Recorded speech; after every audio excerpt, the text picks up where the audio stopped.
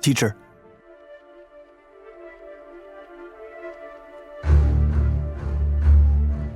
American student David Sneddon disappeared in the summer of 2004 while hiking in the Chinese province of Yunnan. There were no eyewitnesses, and his family never found out what happened to him. But 15 years later, new evidence might suggest a more somber story involving North Korean agents. 24-year-old David Sneddon was in China for a summer language program. He had learned Korean during a Mormon mission in Seoul, where he would meet with his older brother Michael before returning home for his senior year. The brothers had exchanged emails recently, and David wrote of his plans to explore the Tiger Leaping Gorge in southeast China. But on August 26, 2004, Michael phoned his mother from Seoul, quote, "David isn't here. He didn't make it." The family flew to Yunnan several times. Chinese authorities were never able to find a body, despite their claims that the young man had fallen into the Jinsha River, a posture the US government eventually adopted too. But his family never gave up. They eventually learned that North Korea has been accused of abducting foreign language and culture specialists to train their own people. It is said that they've kidnapped thousands of South Koreans, hundreds of Japanese and Chinese, and at least 25 Westerners. In July 2004, North Korea released Charles Jenkins, a US defector they had abducted in the 1960s to serve as an English teacher for the empire's heir. The abductees' family union in South Korea theorized that the North Korean leader might have been on the lookout for a new teacher. They then declared to have information about a white man matching his description, living in Pyongyang and married with 2 children. A Japanese report claimed to have evidence of North Korean involvement in David's disappearance, and in 2016, the US House of Representatives voted to reopen the investigation.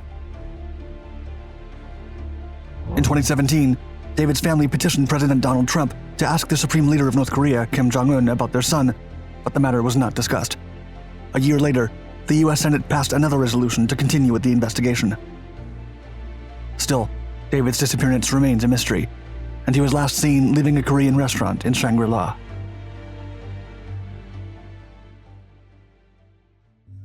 Ghost ships.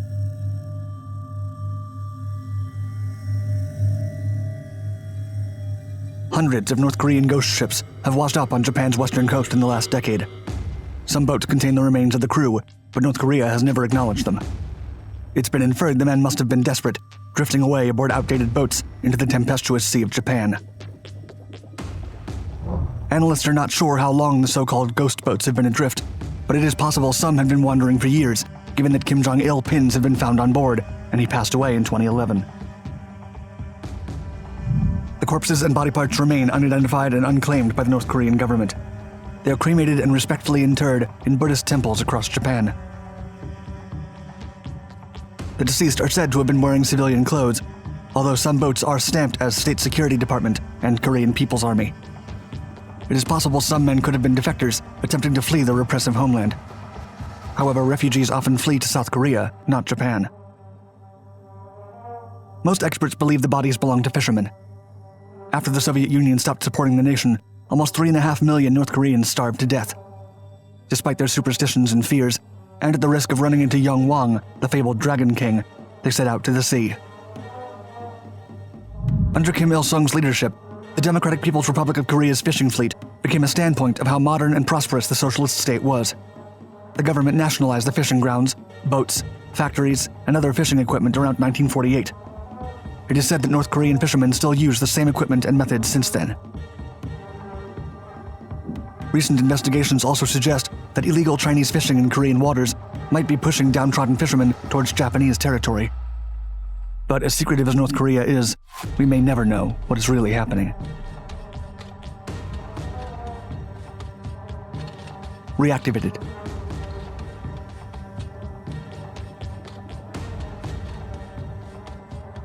In mid-2016, a North Korean shortwave radio station was reactivated after a 16-year absence. A female voice announced that she would review mathematics work and proceeded to enumerate several pages and questions. South Korean officials believe the messages were codes intended for North Korean sleeper agents in South Korea and Japan. For a country that consistently exalts its nuclear supremacy, it's unclear why North Koreans would keep using outdated methods to communicate outside their country. Some analysts suggest it may be a psychological warfare tactic, as it is rekindling fear in the South.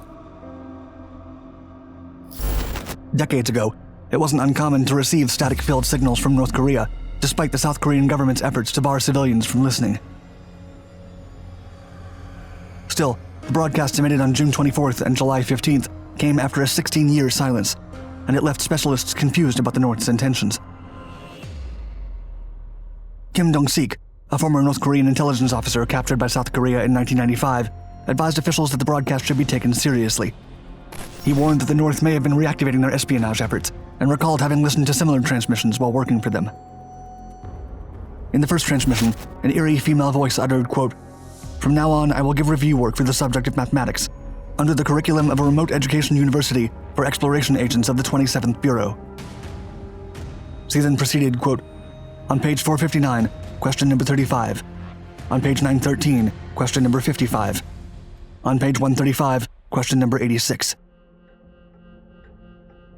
It is believed the messages could have been codes intended for spies in South Korea and Japan. It is still uncertain what these codes might have instructed them to do, especially during such a tense nuclear climate.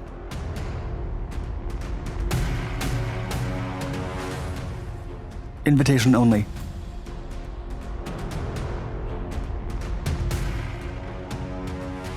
In the 1970s, North Korean leader Kim Jong-il began building special invitation-only zones within the country. These areas were to be populated by young Japanese nationals snatched from coastal towns and thrown in sacks on inflatable rafts.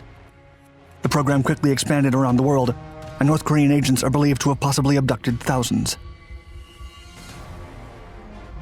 For years, there had been rumors and conspiracy theories about North Korea abducting hundreds of Japanese civilians. But as evidence kept mounting, it got harder to look away. Many world governments deny it, but citizens from Europe, the Middle East, and other Asian countries are also believed to have been kidnapped. The special invitation-only zones implemented by Kim Jong-il in the 1970s were buildings inhabited by Japanese abductees, mainly young people snatched from coastal towns. The youngest known abductee was only 13 years old. Some theories claim she could have possibly witnessed North Korean agents in action. The older ones, most of them in their 20s, are said to have been kidnapped to teach the North Korean intelligence about the Japanese language and culture. As the program expanded worldwide, it is said that North Korean agents could have abducted thousands and subjected them to brainwashing programs to create families of spies that could be sent back to their home countries. In 2002, Kim Jong-il finally admitted to holding 13 Japanese captives. He returned those still alive, along with the cremated remains of the rest. The dictator apologized for the, quote, appalling incident caused by, quote, blindly motivated patriotism and misguided heroism that he would not tolerate among his citizens. The world, and especially Japan, were outraged, and several non-profit organizations are still working to bring missing nationals back to their homes.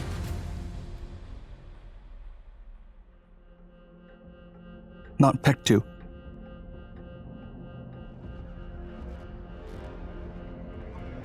In September 2016, a 5.3 magnitude earthquake rocked the Punggye-ri area of North Korea. Intelligence satellites picked up evidence of a 10-kiloton underground nuclear test explosion, and experts believe North Korea could have been deliberately stressing seismic fault lines in the region. The suspicions only grew after a 5.4 magnitude earthquake struck South Korea only 3 days later. Mount Paektu, a sacred volcano in North Korea, is responsible for one of the largest eruptions in modern history. Roughly a millennium afterward, world officials are still worried that North Korea's nuclear testing in underground facilities might set it off with catastrophic consequences. The explosion that happened on par with the 5.3 magnitude earthquake took place merely 75 miles from the volcano. Over 1.6 million people live within those 62 miles. The 5.4 magnitude earthquake in South Korea 3 days later was the strongest one the nation had suffered since the 1970s. Even though experts claim North Korea could have been stressing seismic fault lines, it is unclear whether the detonation and the seismic activities in both nations were related. Mount Paektu has been exposed to at least 10 earthquakes between 2016 and 2018. As the Chinese share the volcano with North Korea, they have worried for years that Kim Jong-un's actions might cause an eruption. It would probably take more than 50 kilotons to induce a volcanic eruption, 5 times the magnitude of the 2016 explosion. But each nuclear test has been consistently escalating, adding to the tensions between the socialist state and the United States. In an unprecedented move, North Korea later invited Western scientists to study volcano activity after suspicious bulges were noticed, but the threat still remains.